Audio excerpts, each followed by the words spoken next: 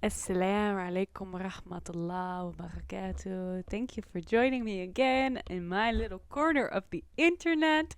And this scene might look familiar to you. We're literally in the exact same spot as we were last week from the last video because I'm literally filming it right after. So I'm wearing the same thing. I just put on a colored hat so you feel like we're in a different time zone.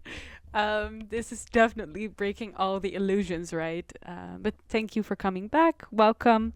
Glad to have you.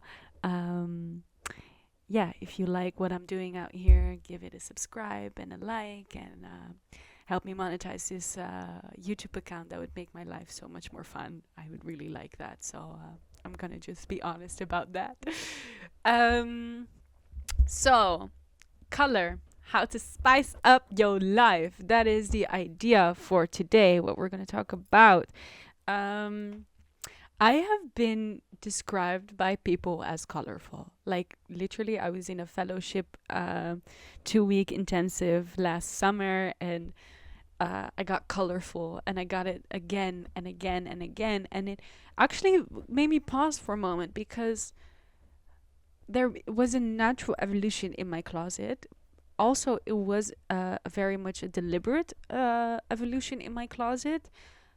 But when I started getting these comments back, starting last year, I was like, oh, things have changed. It is very different now. Am I out of focus? I'm definitely out of focus, I think. Oh no, that's okay. Okay, it's not. Back to point.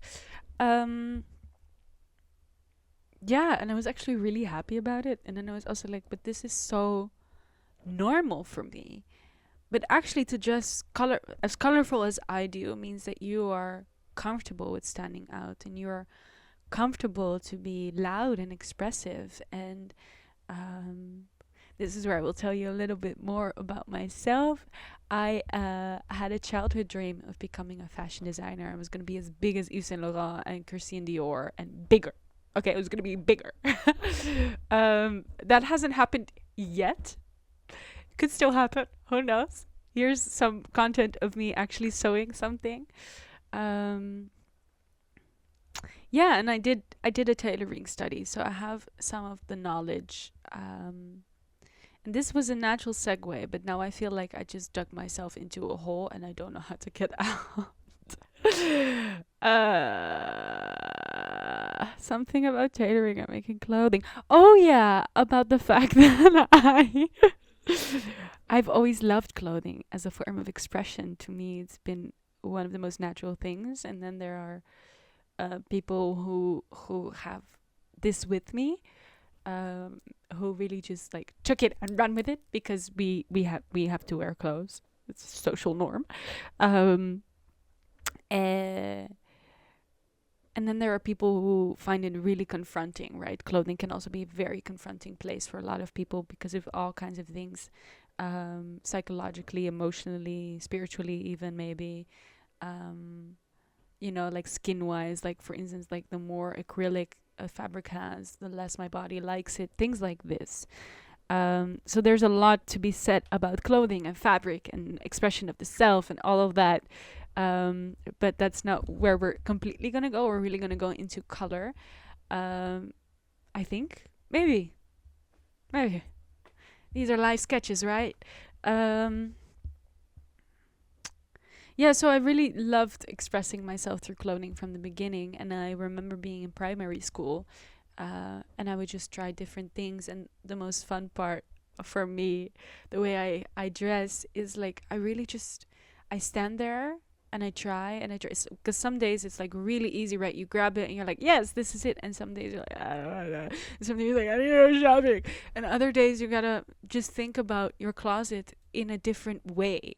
And I don't really have a recipe for that. I just do that.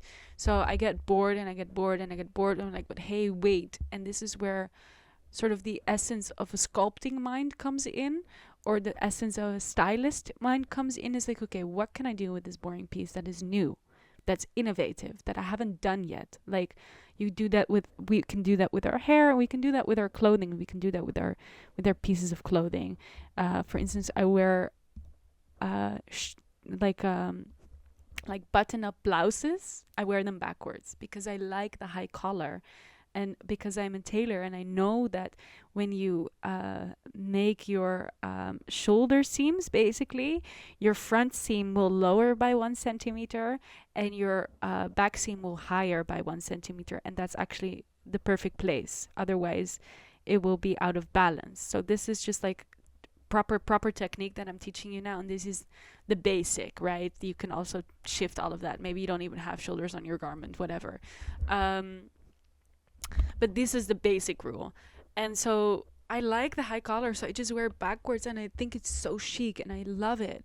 And I wouldn't have dared to if I didn't have that process with myself in primary school where I was actually going to go. And I just grabbing it back together again, aren't I? I'm so proud of myself. And I was trying something on, and I can't remember the specific piece that I wanted to wear, but I just remember standing there and feeling uncomfortable because I loved what I was wearing. I was really like, oh my God, this is so much fun. And I was worried about what my classmates were going to think. And I was like, I don't want to think that weird of me. And I was projecting all of these thoughts that they had of me walking into the classroom being dressed like this. And I think I stood there for quite some time. And then I got frustrated. And I cannot tell you if I stood there for 10 minutes, 30 minutes. I was a child. Time was different then. But all I remember was like getting frustrated with myself because I didn't want to change, because I was really happy with my outfit. But then I didn't feel ready to leave the door because I was thinking about what my classmates were thinking of me. And this is where I was like, okay, we're going to go and do some shadow work. I didn't consciously think that, right? But I just started processing it. And I just started thinking to myself, are we really going to do this? Are we really going to allow other people to decide what I want to wear? Is that really the life I want to live? No, I don't. Okay, let it be. And I let it be. Obviously, take some time, right? I'm saying it in like 3 sentences. I think it took me 5 minutes, maybe 10 minutes, maybe 15 minutes. It was a dialogue with myself in the mirror. And then I allowed myself to do it. And this was the permission slip. And that permission slip, I've never taken that back in my life. Sometimes I have, actually. Let me not lie. Some moments I was like, oh, I want to wear it like this or I want to wear it like that. And then we have to talk about the fact that I was raised in a Muslim community and certain things are just not encouraged. Like crop tops or like shorts or like short skirts or things like this. And sometimes when I'm then around more like traditional Muslim people, I try to think about that. And as I've grown up as well, I'm now 25, I've grown to be more modest in my clothing by just natural essence and comfort and excitement. And I really love baggy clothes now. I didn't have that as a teenager. So we also need to talk, like, that's just facts. I really adored different things and looked at my body in a different way than I do now. And not as an outside perspective looking at my body, but really as an inside perspective. And that internal knowledge and that insight and that energetic awareness of myself has fueled the way I dress now, which is why I don't like skin tight clothing anymore, as sort of a ground rule. Sometimes I do wear like something tight for the heat, or because it fits well with the other shapes that I'm wearing. But in general, that's the case. And so I definitely revoke the card sometimes where I let other people also decide what I wear. I'm not perfect. And we are in a community, and community influences us whether we want to or not. So be careful and conscious with your community and let it be people that, you know, regardless of what they wear, regardless of what they wear, make you feel good about yourself. Like, beyond the layers, right? Like, are they exciting a part of me? Are they making me feel warm? That's community. Okay, now back to who decides who gets to what you get to wear, and it's me. I get to decide what I wear, and I can be conscious of my surroundings, but in the end, I decide what I wear. And so I took on this role fairly quickly. I was like, Mom, thank you. I'm going to do this now. And I really, really ran with it. And so I already kind of shared that in my teenage years, I was wearing, like very revealing clothes, girl. I was very different. I wore like see-through shirt. It was very okay. It was also in my defense. We were in the zeros, coming into the 2010s, and you know what it was like, girl. It was skinny jeans, and it was fishnets, and it was a bit of rock and roll inspired. I was very like a bit punky. I wore Doc Martens like with full on 25, 30 degrees outside. I would still wear Doc Martens because air on my feet make me feel weird. I went on vacation to a Caribbean island called St. Martin's, and I was wearing Doc Martens the whole entire time.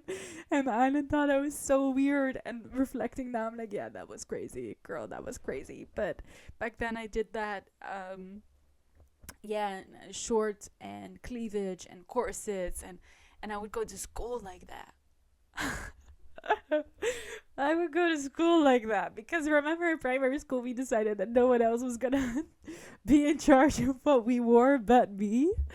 Yeah, so during reports about my grades, this was a topic that came up, and they were always like, Mary, can you wear less revealing clothes? And then the next day I would come back with even more revealing clothes because that was my way of exercising authority. Holla if you did this too, because we out here like being our own version of what a woman should be, not what you think I should be. Um, yeah, that was a time. And then the funny thing is like that just kind of naturally evolved. Um, and the way I look at my body, right? I kind of hinted at that as well. During Corona, actually, I really started stripping some of the things, and they coincided with my spiritual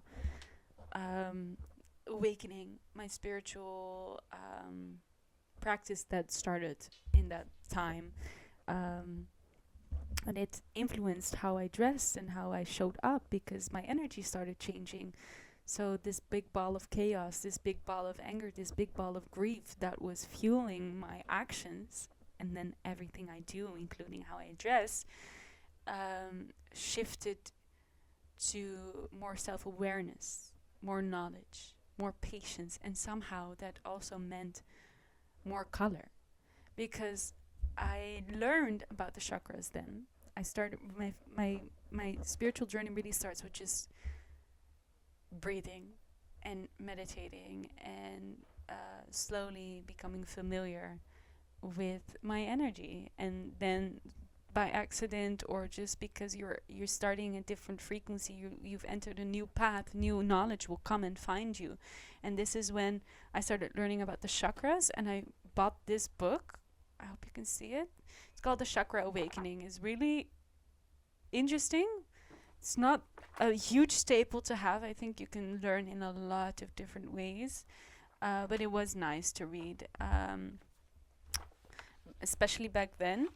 And as you can see on the cover, beautiful drawing of a lady and the different colors.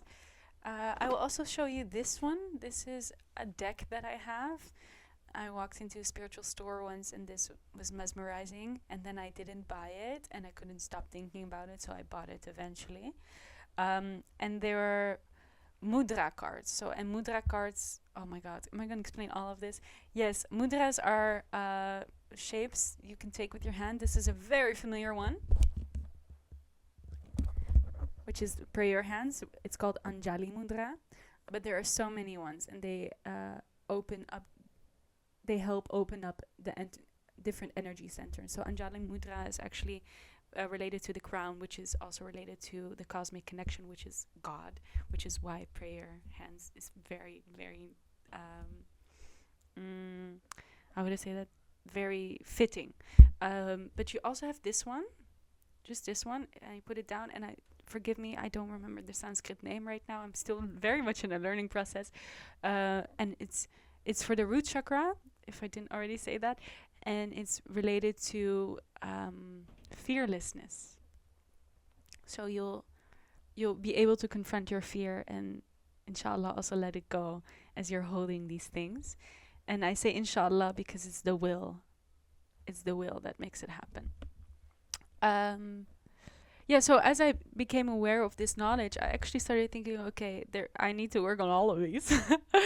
um, Let me just sort of kind of cocoon in these colors. Let me say, okay, today I dedicate to my womb and I wear orange based on that. And this is how I started including color, because before that I was mainly wearing black, and a bit of red but a lot of black. And like blue was also there, but like it wasn't conscious, right? And there my camera dies again. 1 second. We're back. Yeah, it wasn't conscious, and now it was like, okay, I'm gonna dress with intent and intention. And in high school I also did that, but the intention was just to like look fierce. I gotta bleep myself again, but and now it was more like, okay, how do I activate type of awareness in the way I dress? Very different way to approach clothing, and therefore also the clothing will change. And actually, this is right after I graduated from tailoring school. So I had graduated tailoring school. We're about half a year, 6-9 months in, and then we have the corona lockdown coming in, and this is where the spiritual. So it's like almost a year after I would say that this knowledge becomes available to me, or becomes like a way of how I move through the world. But at the end, way at the end, or right after my tailoring study, I also got really interested in, okay, what if I make clothing that is literally the same on every side? So there's no front and there's no back. I'm very mesmerized with that. And now I really work very flowingly, and I work non-traditionally, so I don't make patterns anymore. But I work with geometric shapes right now. So I work with like great squares, and I try not to cut too much. And it's actually really working out in my favor right now. So it's really exciting. And this is where Pythagoras is also coming into my spiritual practice. And like geometry, sacred geometry, super interesting. I'm at the root of that. I'm not even close to getting to like level 1, but that's cool. Or maybe let's not say that. I'm on my way to getting to the basics, you know. So all of these intentions started to change. All of these ways that I wanted to dress. And it became another tool for me to communicate to myself. First and foremost, clothing should be a communication tool to yourself. Read your energy, read what you want to wear, and allow yourself to become the character, the essence that you want to be. Clothing is a very powerful tool to recognize yourself, to recognize who you are, why you are, who you want to be, what you want to exude. It's for me, like what I choose to wear is almost like reading tarot cards. Like it says something about the energy that I'm in, and it can also be very intentional, because you can read tarot cards as a way of like, okay, what's in the universe right now? But you can also grab a card, put it down, and manifest that energy that you have in that card, right? We have a whole access of our subconscious relating to drawings and shapes rather than to words, and like visualization is what I'm talking about. And clothing can be one of those ways to visualize the kind of person you want to be. And so sometimes I felt a little low, and then I would wear black. And then I would wear black because black is really comfortable. And then at some point I noticed that I was like looping. And so some days I'm like, oh, I want to wear black, but then I wear orange, and I literally color throughout the day. Like the approach just sort of changes, because I'm in essence with that color that I'm wearing, and people are seeing me, and then there's a huge interaction that happens there that is maybe difficult to explain, because we're at 20 minutes already. I love this topic so much. I didn't think I got completely there to where I wanted to go. As you can see, my closet is there. It's very colorful, and I'm very proud that it's colorful.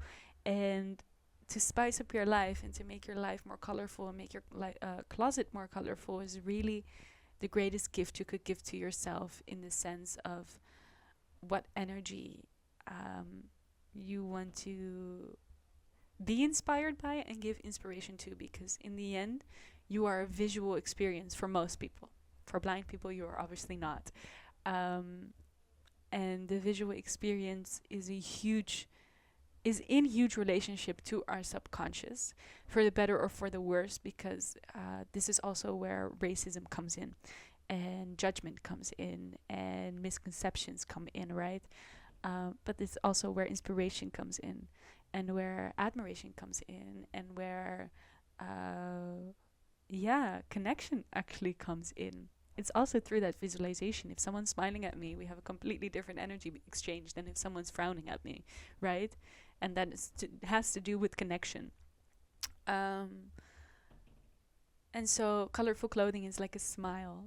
I feel like it's like a smile you give to people, um, because the colors really activate different feelings for us and for all of us. And obviously, that process will be very unique for every single one of those people, but in the end you still do it. So wearing colorful clothes is a gift to your community, actually, and to yourself. And I'm not saying that you must and you shall and you will, but I hope to have inspired you a little bit to aviate and to move away from the grays and the blacks, because you are you are a flower. You are synthesizing just like all of those beautiful flowers that I like. I don't know English names, and I don't really know a lot of flower names in general, but like the tulips and like the just the tulips. The tulips are very colorful. I think my favorite flower is called a hortensia. I'm not sure. I do have a favorite flower. I just don't know what she's called. Um, so yeah, you're synthesizing. Allow yourself to synthesize. Allow yourself to color like a flower and go with it. And yeah, I wanted to dive a little bit more deeper into different ways to interpretate colors, which is why I also bought this book. It's called The Little Book of Color: How to Use Psychology of Color to Transform Your Life. It's already damaged and I haven't even read it yet. Karen Haller, it's called. And I think, I'm not sure, I haven't read it yet. That there might be some similarities between that and the chakras. I based most of my knowledge on this theory, color theory. There are other ways to inform yourself on color theory, because different cultures, different things, different associations. Yeah, because for instance, I think it's the monks or it's the Buddhists who consider red to be an aggressive color, but then in Chinese tradition, I know that red is considered to be a lucky color. So this is, and the previous one, which culture that specifically is, I'm not sure if it's Buddhistic or Ayurvedic or something in that direction. Uh, but yeah, so these are um, different habits basically by different cultures, which is super interesting to get to know about. But for me, my grounding is the chakra theories, and would be also my suggestion. But yeah, any kind of theory is cool. Um, oh, I loved this topic actually. I love this topic a lot. Yeah, maybe we'll return to it sometime. Okay, thank you so much for watching. We kind of went over time. We're at like 25 minutes almost. Um, but I'm really grateful you're here, and I'm really happy I'm talking about these things, and that there is a format in which I can get which I can get, in which I can share these things. And yeah, yeah. I hope this inspired you. And if it didn't, so be it. That's also cool. Maybe you're already a very colorful person and you're just like, yeah, I get you, girl. Um, yeah, or share something about the relationship to your clothing or whatever. I'm open to hearing about uh, how this topic has inspired you or relates to you in general. Okay, much love. I see you in the next one. Bye.